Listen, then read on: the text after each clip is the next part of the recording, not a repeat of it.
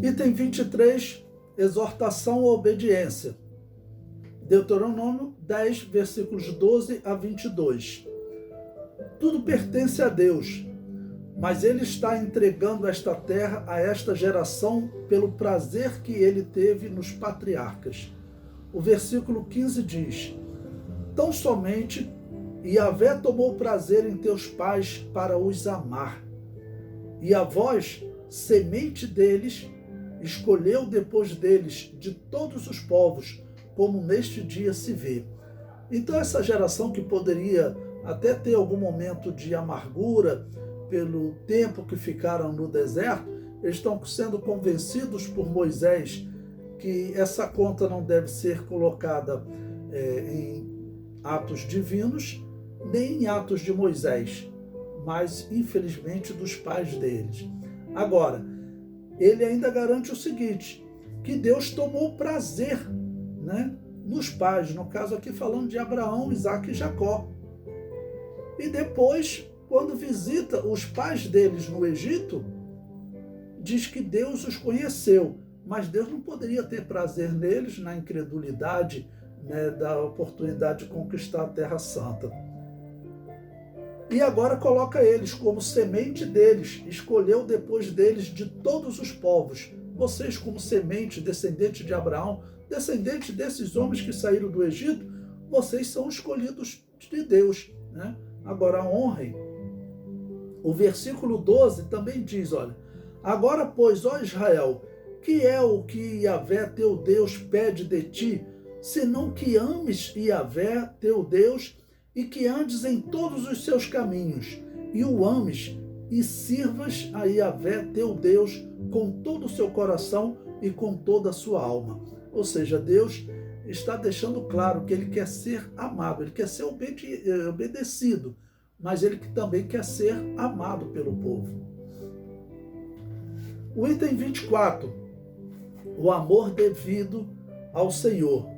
Capítulo 11, versículos 1 a 12 de Deuteronômio. O versículo 1 diz, amarás, pois, Yahvé teu Deus, e guardarás a sua observância e os seus estatutos e os seus juízos e os seus mandamentos todos os dias. Ou seja, se você amar a Deus acima de todas as coisas, você vai guardar os mandamentos dele. Por isso que Jesus Cristo disse que toda a lei vai se resumir a isso, tá bom? Se você ama a Deus e ama o próximo, você não vai pecar contra Deus e não vai pecar contra o próximo. Então todos os mandamentos estão resumidos no amor a Deus e ao próximo. E no versículo 7 também diz, porquanto os vossos olhos são os que viram toda a grande obra que fez Yahvé. Então cita, eles, enquanto estiveram no deserto, eles viram grandes obras. Eles viram Deus enviar sempre o maná, a carne, eles viram a pedra seguindo Israel no deserto, sempre trazendo água para eles, viram até o milagre da cura, por aqueles que haviam sido picados pelas serpentes, foram curados pela serpente de metal que Moisés levantou.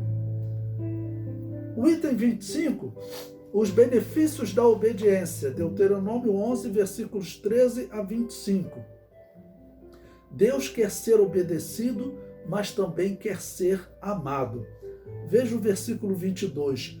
Porque se diligentemente guardardes todos esses mandamentos que vos ordeno para os guardardes, amando Yahvé, vosso Deus, andando em todos os seus caminhos, e a ele vos achegardes. Então, guardar os mandamentos amando a Deus. Não é guardar o mandamento por medo de punição, é guardar por amor. O item 26, a bênção e a maldição. Deuteronômio 11, versículo 26 a 32. Eis que hoje eu ponho diante de vós a bênção e a maldição. Versículo 26. Esse é um versículo-chave para nós observarmos o livre-arbítrio na Bíblia. Israel tinha agora que escolher, porque Deus colocava diante deles as duas opções. E não está sendo dito que Deus vai determinar o que eles vão escolher. Eles poderiam escolher obediência, então viria a bênção. A desobediência viria a maldição.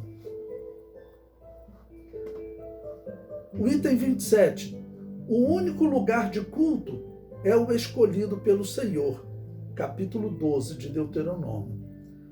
Os versículos 5 e versículo 28 diz: Mas buscareis o lugar que Yahvé, vosso Deus, escolher de todas as vossas tribos, para ali pôr o seu nome e sua habitação, e ali vireis.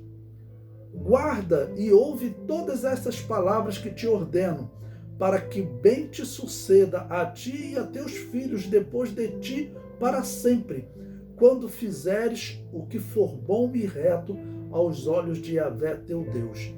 Então, todos os critérios nós temos que seguir, os critérios estabelecidos por Deus é o que nós temos que seguir. Então não é o lugar que eu quero para colocar um altar, é o lugar que Deus escolher. O principal lugar que Deus escolhe é a cidade de Jerusalém. E Davi vai tomar uma atitude interessante, cerca de 600 anos depois dessa ordem. Davi vai, assim que ele assume o reino, ele resolve estabelecer Jerusalém como capital do seu reino. Ele sabia que essa era a cidade do grande rei. Simbolicamente, desde Melquisedeque, o primeiro rei de Jerusalém era rei e sacerdote.